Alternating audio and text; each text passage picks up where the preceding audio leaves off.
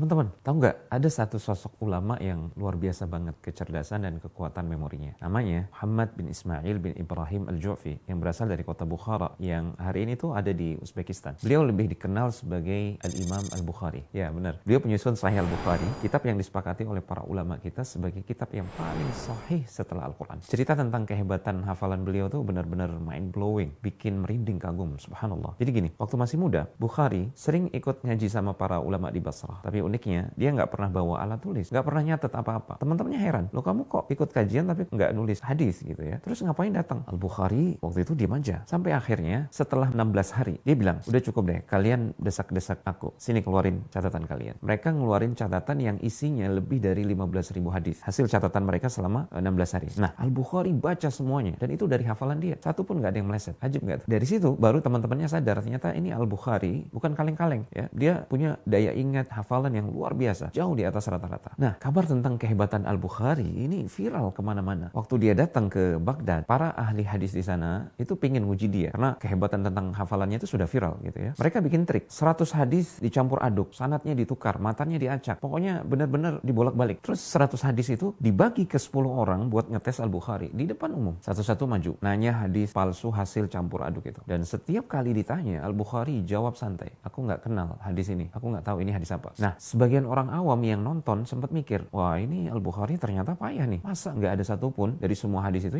yang dia tahu gitu. Tapi setelah 10 orang itu selesai nanya, Al-Bukhari balik ke orang pertama dan dia bilang, hadismu tadi yang pertama sebenarnya begini, yang kedua harusnya begitu. Semuanya dilurusin oleh Al-Bukhari satu persatu. Dibalikkan sanad ke matan yang asli. Bayangin aja, dia ngoreksi 100 hadis teracak persis ke bentuk aslinya. Semua ahli hadis yang hadir saat itu langsung terdiam, kagum luar biasa. Dari situ nggak ada lagi yang berani meragukan keilmuan Al-Bukhari dan kehebatan hafalannya. Yang ajaib itu bukan hanya Al-Bukhari mampu ngoreksi 100 hadis yang sudah diacak-acak itu ke bentuk aslinya. Tapi yang luar biasa ajaib, dia langsung hafal 100 hadis tersebut padahal baru sekali dengar. Dan itu pun hadis palsu, ya kan? Hadis yang sudah diacak-acak sanad dan matanya. Dan bukan sekali dua kali dia diuji seperti ini. Di Samarkand 400 orang coba ngetes dia dengan cara yang mirip. Nyampur sanad Syam dengan sanad Irak, sanad hadis Yaman dicampur dengan sanad hadis Haramain. Tapi hasilnya nggak ada satupun kesalahan yang bisa mereka temuin dari Al-Bukhari, subhanallah. Nah, kalau kita refleksi sebentar ya, luar biasa banget ya, gimana Allah subhanahu wa ta'ala menjaga ajaran Nabi Muhammad SAW melalui sosok seperti Al-Imam Al-Bukhari. Kejujurannya, ketelitian hafalannya, dan ketegasannya dalam menolak sesuatu yang nggak sahih ya.